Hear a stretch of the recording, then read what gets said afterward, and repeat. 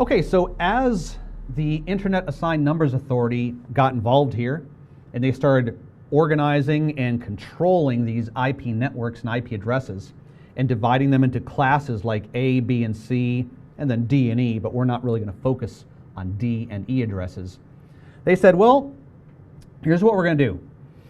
The majority of these IP networks, like the 146 network or the 99 network, we will make those as what we call public networks, which is a network that somebody can rent or lease. And then that network will be unique just to their organization. And then all the service providers throughout the entire world will know that that network sits over here in this company. It's owned by that company. So that's called a public IP address. It's something that's like leased to a corporation. But then the Internet Assigned Numbers Authority set aside a few networks as private or unregistered networks. These are networks that nobody controls, networks that anybody can use, but you can only use them within your company. In other words, it's a network that is not allowed to send packets into or receive packets from the global public internet. Because if I sent a packet into the internet going to a private destination, there's no way that service providers and routers within the internet would know how to get that packet to where it needs to go.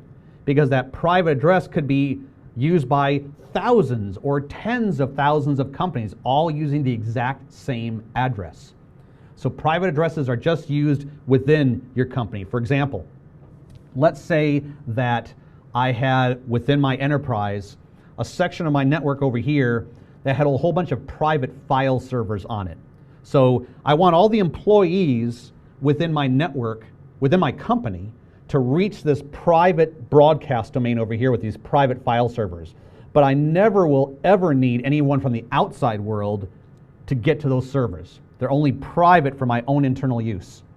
Well, the broadcast domain, the VLAN, the Ethernet segment where those file servers live, I could address that with a private network number.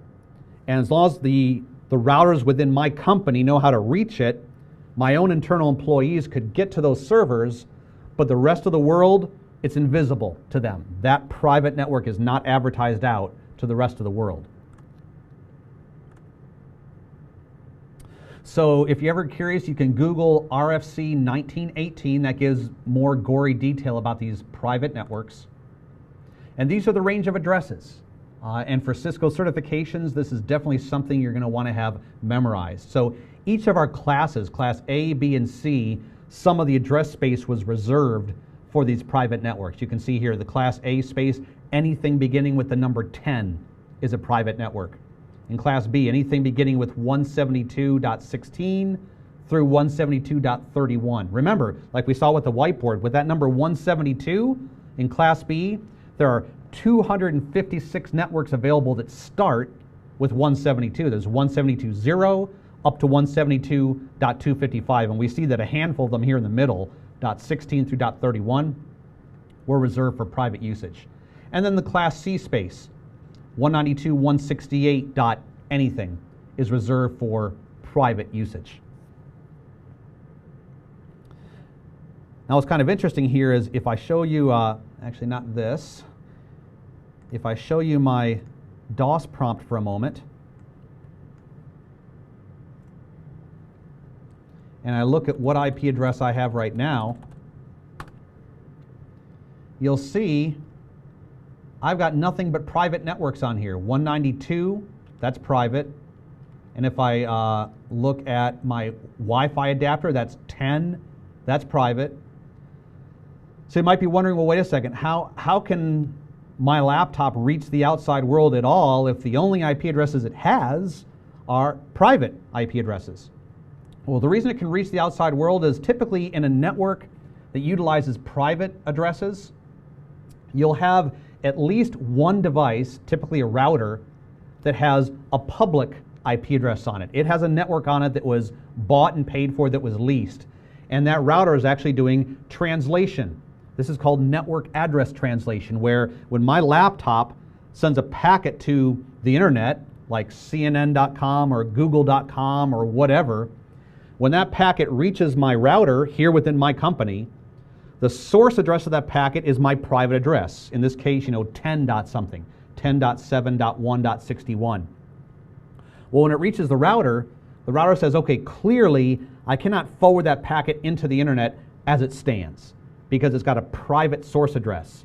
So the router actually strips off that source address and replaces it with a public IP address. So when it leaves the router, it looks like it came from a public network.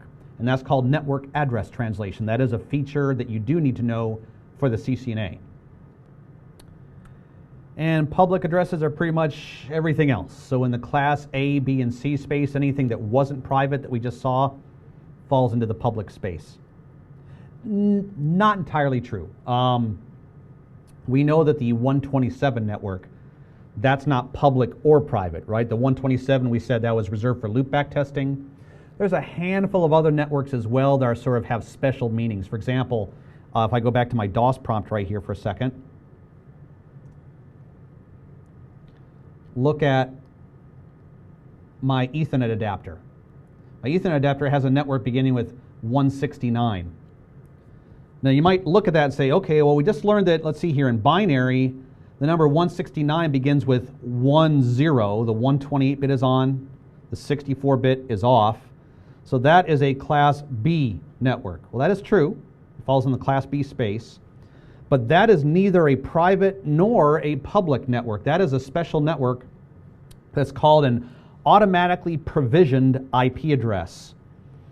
Basically on systems that utilize DHCP, the Dynamic Host Configuration Protocol. If a system, like pretty much everything these days, laptops, PCs, tablets, smartphones, if something utilizes DHCP to dynamically discover what IP address it should use, sometimes DHCP fails. Sometimes, for example, like in this case, my laptop says, okay, I'm connected to a cable, which it is. My laptop has an Ethernet cable plugged in. And it attempted to dynamically discover its IPv4 network via DHCP, and it failed. And when DHCP fails, it automatically provisioned itself with this, 169.254. something. So usually when you see this, anything beginning with 169, that's actually bad. You don't want to see that. That means that DHCP failed and you were not able to get yourself a real usable IP address. But it had to put something in this 32-bit number field, so it shows the special reserve number of 169.254, which is called an automatically provisioned IP address. Not usually a good thing. You don't really want to see that.